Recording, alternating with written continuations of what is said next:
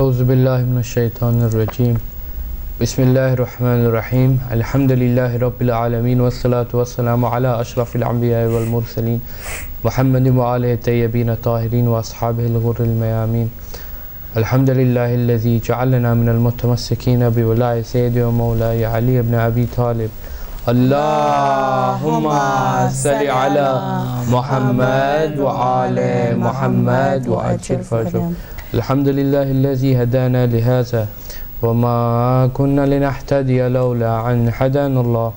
Amma ba'd, assalamu alaikum and welcome to Future Stars live on Hidayat TV. I'm your host Hassan Shah, and today we're talking, obviously, as the occasion is the Hajj. We're going to be talking about Hajj. Around about now, the people doing Hajj, they will be on the plains of Arafah, and as to start off with, we're going to introduce our guest. Assalamu alaikum, my name is Misbah. Assalamu alaikum, my name is Mohsin. And like we do on every show, Misbah is going to read a surah and Mohsin is going to do the translation, so we can start them off with a loud salawat. Allahumma salli ala Muhammad wa ala Muhammad wa ajil farajahum. Bismillahir Rahmanir Rahim. Al-Qariya mal-Qariya wa ma adraka mal-Qariya yawma yakunu an-nasu kal-farashi al-mabthuth wa takunu al-jibalu kal-ihni al-manfush فأما من ثقلت موازينه فهو في عيشة راضية وأما من خفت موازينه فأمه هاوية وما أدراك ما هي نار حامية. صدق الله العلي العظيم. In the name of Allah, the Extant and Merciful. The calamity, what is a calamity? What will convey into thee what the calamity is a day where mankind is scattered like thickly scattered moth, and the mountains will become a carded wall. And for him whose scales are heavy with good work, he will live a pleasant life. But as for him whose scales are like the bereft and hungry one, will be his mother. What will convey into she what she is, raging fire. Salawat. Allahumma salli ala Muhammad wa ala Muhammad wa ajil farajahum. Thank you, Moshe. Remember, whenever you are reading surah, make sure you do the translation as well, so you know the history behind it and also how you can implement it into your life. So, thank you for that. So, like I explained, Hajj is occurring. Yeah. We're going to be mentioning. We're just going to be going through it. This will. We might not have a time to go through all of the, in detail anyway, the steps of Hajj and the parts of Hajj, but we'll get into most of it. We might even talk about all of it, but we might not get into detail in some areas, but hopefully we can get through this. Yeah, and explain it properly, so people at home understand and we understand here as well. So Misbah, you've got the first thing, so can start Misbah with Allah salawat. Allahumma salli ala Muhammad wa ala Muhammad. Hajj is one of the obligatory acts in Islam which must be performed by each and every Muslim who is able to at least once in his or her lifetime if certain conditions are fulfilled. The books of Ahadith are replete with wisdom for the Prophet of Islam and his 12 successors, peace be upon all of them, concerning Hajj and the philosophical and mystical aspects behind the various acts performed. Hajj can be separated into a few stages. In the first stage, above all other things, that which is the most important is repentance, tawbah, and to be vigilant. The meaning of repentance is to shun all devils and forms of despotism and turn back towards Allah. It means to disregard one's wishes, low desires and lower soul, al-nafs al-amra, and proceed towards spirituality and the higher qualities of a human being. In the second stage, the first action consists of wearing the ihram at the miqat, the station where the ihram must be worn. The ihram of the Hajj is similar to the takbir al-ihram for salah, such that when a person says the takbir al-ihram to start the salah, one must leave behind all other things and focus one's entire attention on Allah. From the beginning of the salah until its completion, nothing else must distract the person. Such is the ihram for Hajj, meaning that once it is worn, the person must leave aside all things related to the world. In its place, one must turn towards Allah and that which is His pleasure. At the time of donning the ihram, one must fulfill the commandments of Allah. The third stage is going from Makkah and Medina back to one's hometown. The responsibilities at this stage are much more difficult than they were at the first and second level, since it is at this level that one's responsibilities must become just like those of the Prophet of Allah, those who convey the messages of Allah. In the first and second stage, one was busy with self-building, but at this stage one must work upon building others. Although the act of enlightening others is dependent upon self-building, however, this task is so difficult that the noble Prophet Muhammad has said, Surah Hud made my beard white from the point where it is revealed. Continue then in the right way as you are commanded. And as also he who has turned to Allah with you, O Muhammad. After returning from Mecca and Medina, the Hajj must convey that which he has brought with him, his self-building, to others through his actions. His speech, actions, manner and disposition must be in an example to others, and this is truly the best gift that one can bring back for the rest of the people. Salawat. Allahumma salli ala Muhammad wa ala Muhammad wa ajil fajr. Thank you, Misbah. So Misbah talked a little bit about a couple of things there. Mainly the starting. Yeah. At a point where you have to have your what on? Ihram, where you put your ihram on. Misbah compared it there to what? The takbir al-ihram. Why is there a similarity? Because like in the salah, when you were to say the takbir al-ihram to begin the salah, all your attention must be on Allah. Like the ihram, as soon as you put it on, all your focus and intention must be on Allah. Yeah. So, and also another thing that I can say, once you do the takbiratul ihram, yeah, certain things become haram on you at that point. Yeah. And once you put on this ihram and starting Hajj, things become haram on you as well at that point as well, yeah, which wasn't haram on you before, same as salah, like I said, yeah. So these are just a comparison point between those two things as well. What else did you go and talk about? What else did you talk about there? How the first and the second stages are to build up your yourself and you talked about repentance here as well, didn't you? Yeah. And that being main thing in the first stage. So Mohsin, you got the next thing, so you can start Mohsin off with the last salawat. Allahumma salli ala Muhammad wa ala Muhammad. It is clear from the Holy Quran and the traditions that performance of Hajj is obligatory on every person who has attained puberty and has the means mentioned below. Hajj is one of the basic principles of Islam. Its performance is one of the essential, and its non-performance is a grave sin.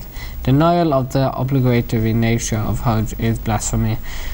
And Allah states in the Holy Quran, and pilgrimage to the house is incumbent upon men for the sake of Allah, upon everyone who is able to undertake the journey to it, and whoever disbelieves, surely Allah is self-sufficient above any need of the worlds. In religion, the performance of pilgrimage is obligatory on every person once only. It is known as Hijratul Islam. Performance of the pilgrimage becomes obligatory immediately in the year when its conditions are realized. If one fails to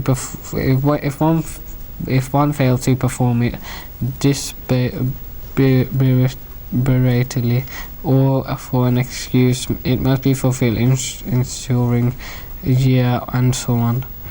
A pilgrimage is not obligatory on any person who has attained adulthood, even if they were approaching it. A pilgrimage performed by a child will most evidently not be counted as a Hijjatul Islam, even if they performed it properly. The reason is no obligation on an insane person to perform pilgrimage, even if the insanity is periodic.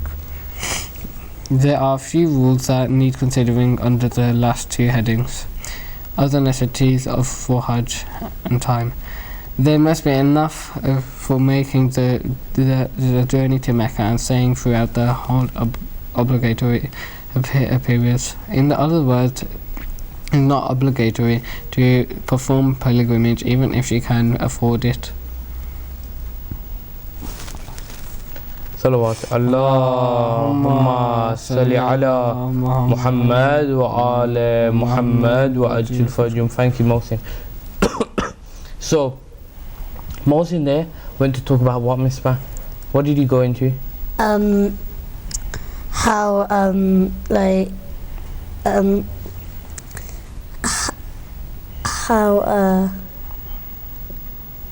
You know why I asked these questions? Why I asked them directly at you to see if what?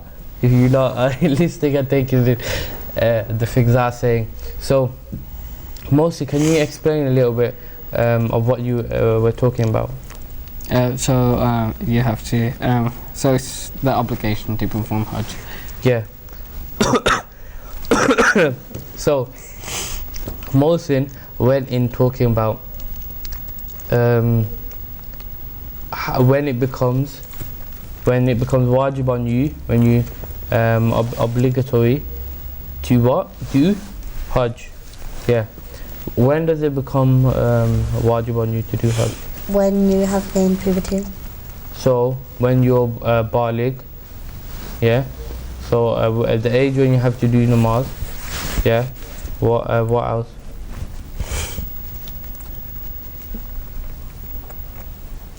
Where when you're wait.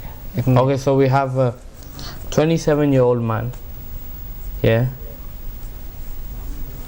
He lives. He's homeless. Is he required to do Hajj? No, because it's only if he can afford it. Yeah. So if they have the means, to pay for it, then it becomes that they have to do it. Yeah. Misbah mentioned there that as soon as there's a point, the year, where you get this spike of money. Yeah. Okay. You've started your new job, or you've got a raise in your salary or something like that, and now you have this money, you've obtained this money, or you're gonna get this money, and what? This is able to cover you the cost of doing Hajj. From that point, yeah, it is wajib on you to do Hajj. Yeah. If you don't do Hajj in that year, there's this it's still wajib next year after that as well. Yeah. Once you got the means, yeah, it becomes wajib on you and you have to do it. How many times do you have to do it in your life? You have Once. Just Once. wajib to do it once. Yeah. So but isn't it like optional? You can do it if you have to. You can do it once, but can't do more. yeah, you can do more than one. You can do more than one. You can do more than once. It's just once. There's one time in your life where you got the means. The first time when you've got the means, yeah, you're old enough. You can go and do it. For anything after that, you got the means next year, yeah, you can do it as well. Yeah, you can do it that year as well. It's just that you have to do it once when you've got the means to do it. Yeah, as soon as you got the means to do it, then you do it that one time. Then you would, and then you then if you have the means to do it the next year, you don't have to do it. Yeah, but it's obviously good if you do it as well. Miss, for you, well, the next thing, so we start Miss Allahumma salli ala Muhammad wa ala Muhammad wa ajil farjahum. Physical health and strength. If a person is unable to travel to the holy places due to ill health, old age, or they are unable to stay there for prolonged periods because of extreme heat, it is not obligatory on them to set out for the pilgrimage personally. No obstruction. The route must be open and safe, i.e. there must be no danger to the pilgrim's life, his property or honour, otherwise the pilgrimage is not obligatory. Expenses for the journey. There must be sufficient funds to meet the expenses arising from the journey, such as those for eating, drinking and other necessities. The provision must be adequate for the return journey, including transportation. Availability on means on return. The person must be in a position to maintain themselves and their family on returning home. It is necessary that on their return they should be sovereign enough as to insulate themselves and their family against poverty. A short history of the Kaaba. Nabi Ibrahim a.s. built this house for devout worship to one God, but within his lifetime people disobeyed his orders and began to put idols inside the Kaaba. He told the people that this was a symbolic house of God. God does not live there, for he is everywhere. People did not understand this logic, and no sooner had Nabi Ibrahim a.s. died, the people, out of offence, filled the place with idols again. They visited to this place annually and worshipped their personal gods. It was over 4,000 years later that the last line of the Prophet sallallahu alaihi wasallam, Nabi Muhammad, entered the Mecca triumphantly, went inside the Kaaba, and with the help of his cousin and son-in-law, Imam Ali ibn Abi Talib alayhi destroyed all the idols of Kaaba with their own hands. At one stage of the destruction of the idols, the tallest of the idol, Hubal, was brought down after Ali had to stand on his shoulders on the shoulders of the Prophet to carry out God's orders. The Prophet of Islam was reciting the verse from the Quran, truth hath come and falsehood hath vanished. Salawat. Allahumma salli ala Muhammad wa ala Muhammad wa ajil farjahum. Thank you, Miss. So, what did Miss start off talking about there? She was continuing from Mohsin, talking about what? Are you able to go? Yeah, so the Your health. continue with the conditions, conditions for going to Hajj. Yeah. So, what was a point that she mentioned there? Like Your what? your are you able to go, like your physicality? Yeah, so your health. Yeah, going in, because obviously, especially depending on what obviously what time of year it falls in. Yeah, so it might be warm. Think about where you're going. Yeah, Makkah. It will be obviously warm. Yeah, and if this heat may cause any trouble to you, yeah, maybe it might cause trouble to older people, and whoever has maybe a condition or whatever that heat affects it. Yeah, it's a trouble for them to go.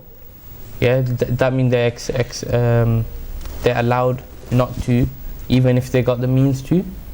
Yeah, they're allowed not, that they shouldn't go. What was another thing that you mentioned there? The expenses. Yeah, so if you have the money for the means to get there, it doesn't straight away mean that it's wajib upon you. Yeah, because you got the means to go Hajj. Yeah, you got to pay for the rest of the expenses as well. Yeah, because especially in this day and age, yeah, money is a really powerful thing. Yeah, and people have found ways to make even religion fueled by money. Yeah, so this is another sad thing, but you will have to pay expenses, not only for the means to get there, but the return back. Yeah, food or whatever the necessities needed. Yeah, if there's one day that you need to stay put, what's it called, accommodation, yeah, there might be a point where you need accommodation, yeah. So these all things, yeah, once you've covered all of that, then it becomes, yeah, wajib. Then you would have to do the Hajj, yeah. So most you got the next thing. And actually before that, what else did Miss get into? She went into the history of the Kaaba. Yeah, what did she mention there? She mentioned that with the story like of Prophet Ibrahim, he had to destroy the idols, but when Prophet Ibrahim died, the people, because they're full of vengeance, they decided to put idol back in there, and then 4,000 years later Prophet Muhammad came and then he destroyed the idol, and then he said truth has vanished and truth has come and falsehood has vanished. Yeah, and I think that line, truth has come and false, that's in the Quran as well. I think he was reciting that. Yeah. It was in the Quran, he was reciting so Mohsin, you got the next thing, so we can start Mohsin after the last salawat. Allahumma salli ala Muhammad wa ala Muhammad. Nabi Ibrahim alayhi salam, Hajra and Nabi Ismail alayhi salam moved to a valley in Arabia. They settled in a place with hills and mountains on all sides to protect them. After a while, Prophet Ibrahim said that he should go back to see Sarah and to get some more food and water. Before he left, he prayed to Allah to look after his wife and son because they did not have much food and water left. The food and water soon began to run low. Hijra was very worried and prayed to Allah. Hijra went to the top of the mountain, Mount Safa, to look for Nabi Ibrahim. Now the water was all gone and they were desperate. She went to the north side of the valley and climbed up to the top of the Mount Morah. She looked towards the north, east and west and south for help, but found none. Hijra kept running back and forth between Mount Safa and Mount Marwa. She did this 7 times. Suddenly, she saw Ismail kick the ground with his heel. A spring of water gushed out, beautiful pure water. They were saved. Even today, this water, called Zamzam, still flows in the valley of Hijaz.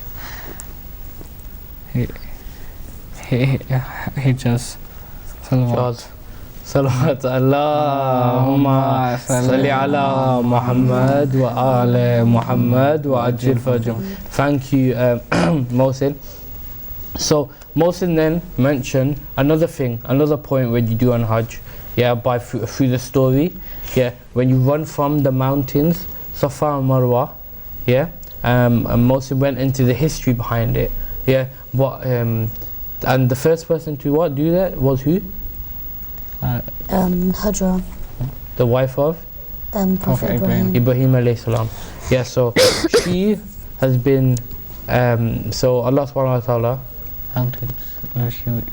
yeah, so Prophet Ibrahim has taken her, yeah, with the order of Allah subhanahu wa ta'ala, to this place, left her, yeah, and she's with the baby, yeah, Ismail, yeah.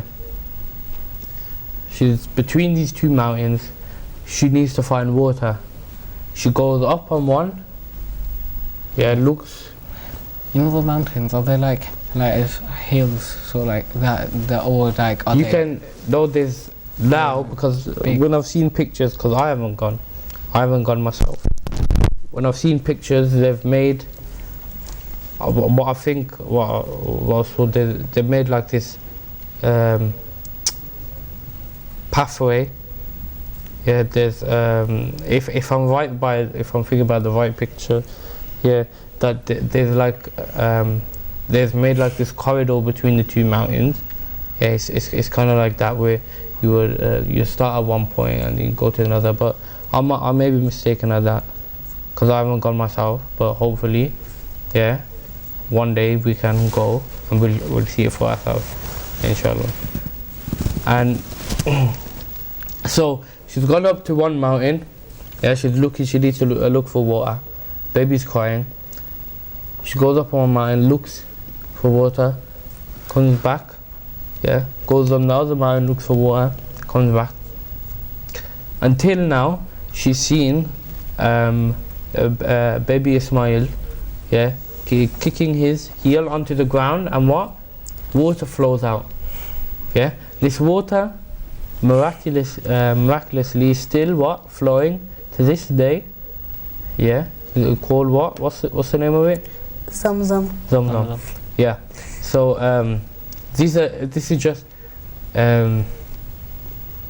this was supposed to be our first part, but it looks like we've gone through it quite quickly actually. So we'll go on to the next part. Yeah. Talking about the Hajj, talking about Hajj. So, Miss B, you've got the next thing. So start, Miss B, Allah salawat. Allahumma salli ala Muhammad wa ali Muhammad. Hajj Tamattu. Umrah Tamattu includes doing the niyah, wearing ihram and reciting talbiyah. It also includes the tawaf of the Kaaba, the salah of tawaf, the sa'i and the taqsir. The following are the wajibats that have to be observed in the Hajj Tamattu. You have to make niyah, wear ihram and recite talbiyah. Ihram will be worn in Mecca itself. Wukuf Arafat. One must arrive at Arafat before Dhuhr or at the time of Dhuhr on the 9th of Dhul Hijjah. It is wajib to stay on the plain of Arafah up to the time of Maghrib. Wukuf Mashharul Haram Muzdalifah. Just after Maghrib, you depart from Arafat to go to Muzdalifah. It is wajib to stay there from dawn to sunrise. Here you should collect 70 pebbles to throw at the Jumrah, stones representing Shaitan, at Mina the following day. Stay at Mina on the 10th of Dhul Hijjah. After reciting Mina, you perform your first wajib act of the day, which is to go to the Jumrah of Aqba and strike it 7 times with the pebbles you collected at Muzdalifah. Qurbani, sacrifice. After striking the Jumrah is Qurbani. The animal for sacrifice may be a camel, cow, goat or sheep. Taqsir or halaq. The next wajib act is the trimming of the hair or nails or shaving the head. Tawaf of Hajj, Salah of Tawaf, Sa'i, Tawaf al-Nisa, and the Salah of Tawaf al-Nisa. Salawat. Allahumma salli ala Muhammad wa ali Muhammad wa ajil fajr. Thank you, Mr. So, Mr. Going through the order of the rest of the stuff after what? After the Safa and Marwa running. Yeah. What was the first thing that she went on to mention there?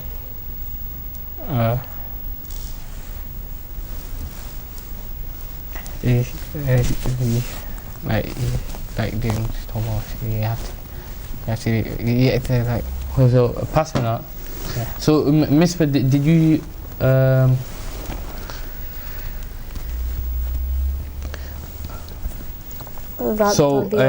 this is making the niyah and the recite of the talbiyah, yeah, and then the stage of Arafat, yeah, and then collecting pebbles, yeah, which you would what? Throw at the Jumrah. Yeah, which is what? The stone, like that represents Shaitan. Yeah, and then they would stay. That would be the point where you're staying at Mina. Yeah, and then it would be Qurbani. And then you would do the next wajib act, trimming the hair or nails, or shaving the head. Then tawaf of the tawaf of Hajj. Then the salah of the tawaf. And these just the order, yeah, of the things that Misbah went into, yeah. And there was 2 more things that Mohsin, if you would go into and then continue on. And can we start Mohsin off with the loud salawat? Allahumma salli ala Muhammad wa ala Muhammad wa ajil farjahum. Mina 11th and 12th night. It is wajib to spend the nights of 11th and 12th of Dhul Hijjah at Mina. Striking Jama'ah on the 11th and 12th day, you must hit all three Jama'ah each with 7 pebbles. The similarities and differences between the Amal and Umri Tamatu and Hajj Tamatu. Tawaf, the starting point and the ending point for each circuit during Tawaf is the black stone fixed to the wall of the Kaaba. This is known as Al-Hijra Al-Aswad. When you have made your niyyah, just stand just parallel to the Al-Hijra Aswad and start Tawaf. Each round is completed when you return to the starting point too. Now, at all that during Tawaf, Kaaba must remain to your left. So if for any reason your left shoulder is turned away from the Kaaba, that particular sector of movement will not be included in Tawaf. You will have to return to the place where you were distracted and continue from there. Now since Kaaba is a cubical shape, this has 4 corners. As you reach the corners, you will make a gradual turn, exercising care as much as possible that your shoulder remain parallel to the Kaaba. There is a small wall in the arc shape adjoining to the Kaaba on one side. The Hijra Ismail, the grave of Prophet Ismail and his mother and other prophets, while making Tawaf.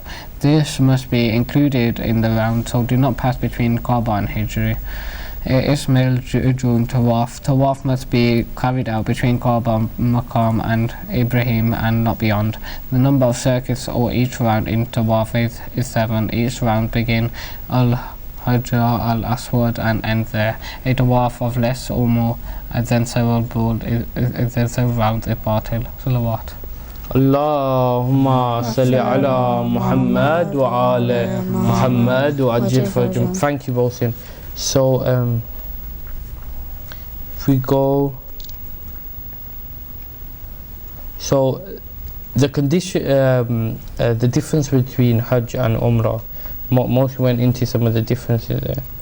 Yeah, and he went on talking about the Tawaf and how in Hajj between the Kaaba and there's this thing called, you will see over there, Maqam Ibrahim.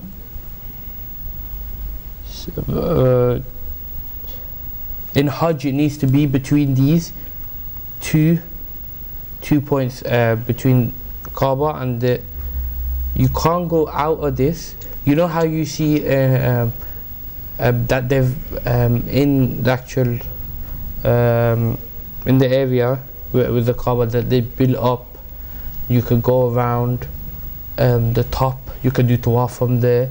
Yeah, in Hajj, yeah, for your Hajj to be accepted, you can't be up there At the top. You can't be at the top because you've gone beyond this point from the Maqam Ibrahim. Yeah, you've gone now you've gone past that. Yeah, it's easier to visualize if you had a picture or anything, or you were there, you were actually there, you could see it properly. But there's it's marked. So you got the Kaaba and you got this other thing called Maqam Ibrahim.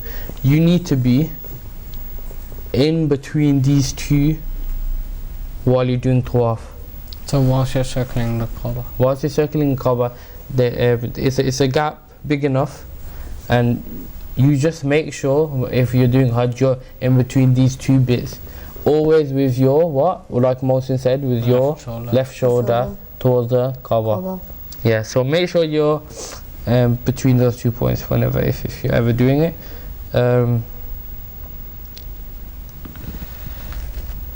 And if you want to, we can do some questions. Yeah, just to end off talk about. Did we go through everything that Mohsin spoke about there? Yeah. Yeah. Okay. So we can do some questions just to end off. Yeah. So keep your score. Yeah. Ali is a wealthy man with ample time. Is it wajib for him to perform Hajj? Mohsin? Yes. Yeah. Ahmad is almost a teenager with responsibilities like taking care of an elderly parent and going to school. Due to his parents' wealth, he does have a lot of money in his account. During his long school vacation, which coincides with the month of Dhul Hijjah, he decides to perform Hajj. Is it wajib for him to perform Hajj? Misbah? Yes. With the elderly parent taking care of the elderly. Okay, so if we look in the conditions. No, he's not. No, Because wait, you have to be. That's if. Wait, a well. I You don't have know to have a because well-being he's to taken go. up to the elderly. If he can get, because it's not himself. That's what I was. Yeah, with the physical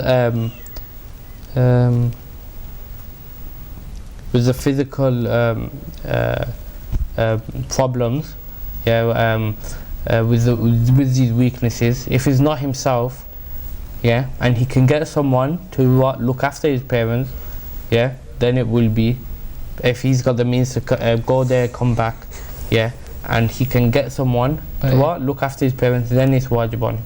But didn't it say he's going to school, so they must. Yeah, but it's a holiday. Holiday. He said in his school vacation.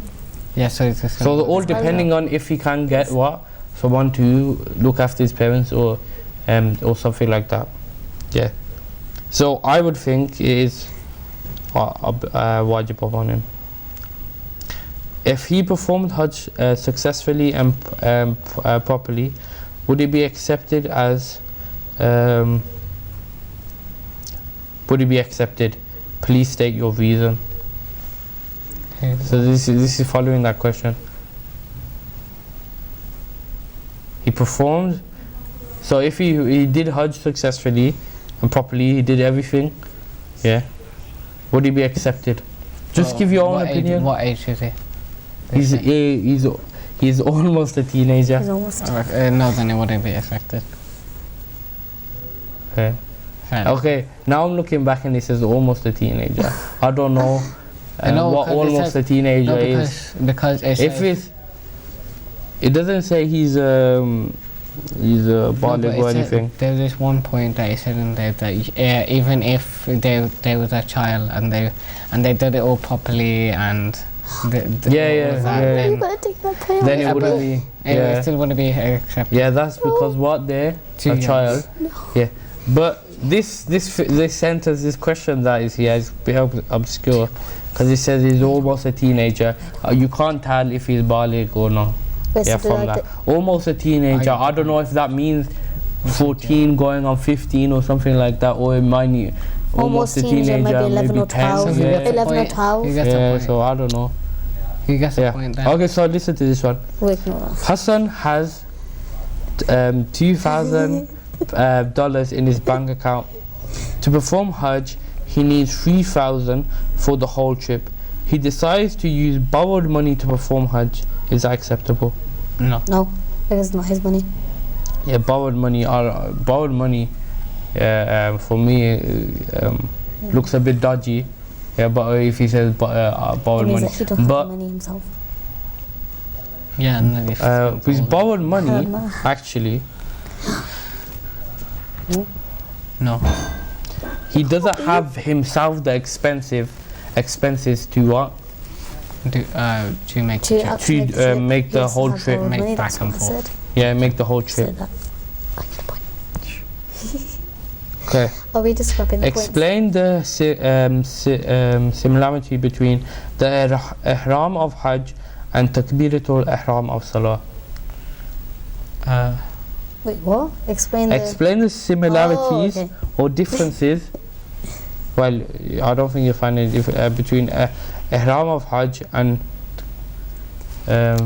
wait, let me finish it and then explain the similarity between ihram of Hajj and takbiratul ihram. When you do the takbir al-ihram to start your salah, all your focus is on Allah. Same with the ihram. As soon as you put it on, all your focus and intent and pleasure, all your focus is on Allah and the pleasures of Allah. Yeah. How many points have you got, Mohsin? I got about 2 or 3. I got 2, but I don't know whether that third one I got. Bonus point if you remember what I said about this question. Which question? The last one. No, the similarities between ihram of Hajj and takbiratul ihram of Salah. That some things when you say the takbir al-ihram, some things become haram, and same with the ihram. As soon as you wear it, some things become haram. Become haram on you. Okay, so at the end of that, I think I got 3 points. I think I'll give that to Misbah. Yeah. So at the end of that, Misbah has won the quiz with 4 points, and Mohsin's got 3 points. So now it's okay. Don't worry. We're all don't worry. We're all winners, and I hope you have learnt a lot. About Hajj. I've certainly learnt a lot, and I hope you lot have learnt a lot as well. And I hope people at home as well have learnt a lot about about the topic of Hajj.